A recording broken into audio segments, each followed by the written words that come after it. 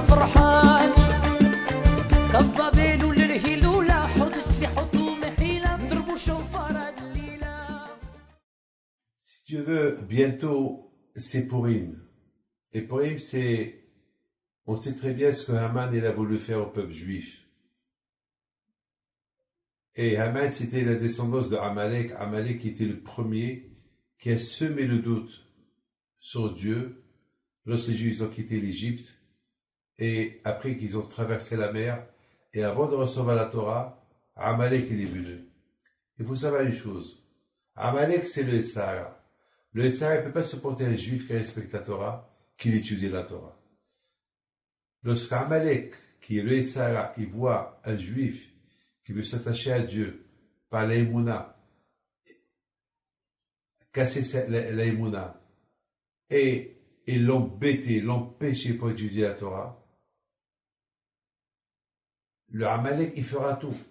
Le Sahara fera tout. Lorsqu'il voit quelqu'un qui veut s'attacher à Dieu, il fera tout pour le dérouter. Pour le dérouter. Et c'est la raison pourquoi on voit, la Torah nous apprend que lorsque les d'Israël, avec tous les miracles qu'ils ont vus en Égypte, et tous les miracles qu'ils ont vus dans la traversée de la mer, et la manne qui descend, le manger qui descend du ciel, il y avait de l'eau avec eux, il y avait Moshe Rabbeinu, ils étaient quelques millions de personnes dans le désert, et le bon Dieu les a protégés contre le froid, contre la chaleur, et maintenant ils sont sur la voie d'aller au mont Sinaï recevoir la Torah, et voilà Amalek, il vient, une leçon pour toutes les générations, que le Tzahara qui représente Amalek, Amalek c'est la gématria de Safek, le doute. Lorsque le Tzahara, il voit un juif qui veut étudier la Torah, qui veut respecter la Torah et les mitzvot, il fera tout pour lui semer le doute. Il va, lorsque le juif il a un problème, tout de suite Amalek il va venir, le Tzahara va venir, il va mettre des doutes en lui. Il va mettre dans sa tête des doutes. Et lorsqu'on a des doutes, si on est fort, on surmonte les doutes. Les doutes, ça casse l'aïmouna. Lorsque quelqu'un doute, ça casse l'aïmouna. Ça casse l'aïmouna. Et lorsque quelqu'un ne doute pas, c'est pas facile. Mais c'est un travail à faire. Alors mes amis, lorsqu'on veut faire une mitzvah, et on sent qu'il y a un relâchement de la mitzvah, il faut savoir que si tu te relâches, le Tzahara va commencer à s'installer en toi et va commencer à semer le doute en toi. Et c'est la chose la plus grave, la plus dangereuse. Il faut être fort pour ça. Mes amis, on voit Esav. Esav qui était le grand-père de Amalek. Esav. On n'a pas vu que Esav, lorsqu'il a entendu que Yaakov il vient à sa rencontre, on n'a pas vu que, et Yaakov a eu peur, on n'a pas vu que Hachem, il est venu dans le rêve chez Esav. Il lui dit, ne va pas attaquer ton frère. On a vu que Hachem, il est venu chez Avimelech pour qu'il rende la femme d'Abraham Abraham. On a vu que Hachem, il a frappé Paro parce qu'il a pris Sarah. On a vu que Hachem, il est venu dans le rêve chez Lavan parce qu'il voulait punir Yaakov. On a vu que Hachem est venu dans le rêve chez Elimelech pour qu'il rende la femme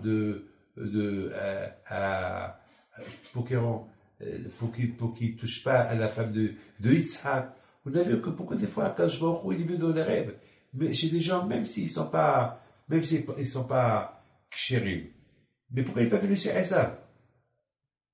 La réponse est, Esav était tellement rachat qu'il ne méritait même pas que Hachem vienne dans le rêve. Les autres, ils avaient un peu de émouna à Akadosh Baruch Hu. Ils croyaient un peu en Dieu. Et lorsqu'ils auraient fait Dieu, leur émouna était encore forte. Mais Esav, il ne croyait même pas. Même si Dieu vient lui parler dans le rêve, il était loin de croire que c'est lui le bon Dieu. Donc, si le grand-père, Esav, le grand-père, il est comme ça, comment il doit être Amalek? Dites-moi. Comment? Esav, il savait une seule chose. Tu vivras sur ton épée. Il connaissait, son Dieu c'était son épée. Et le mot Herev, Herev c'est du verbe Rehov. Rehov c'est la rue. C'est-à-dire que son Dieu à lui, c'est la rue. La rue, se balader, se promener, les plaisirs, tout ce qui est... C'était ça. Sa tête, elle est pleine de ça. Et sa tête, elle est pleine que de ça. Donc, quand je vois au coup, c'est dans la tête, et c'est comment il y avait une petite place du bon Dieu dans la tête de Esav. Hachem serait venu chez lui dans le rêve. Mais sa tête était prise. La rue, vivre dans la rue, vivre en tuant, l'épée, Erev. Donc, mes amis, combien on doit apprendre de là? Combien il faut faire attention? Qu'on doit toujours laisser une petite place de la tête pour le bon Dieu. Ou toute la tête, entièrement pour le bon Dieu. Sinon que Dieu préserve, de doute il peut venir s'installer. Et c'est ça la fête de Purim. La fête de Purim, c'est une éducation qu'on s'éduque une fois dans l'année, comment se travailler pour écarter Amalek, écarter le doute de notre chemin. Qu'Hachem vous protège et vous donne la santé et la joie. Amen.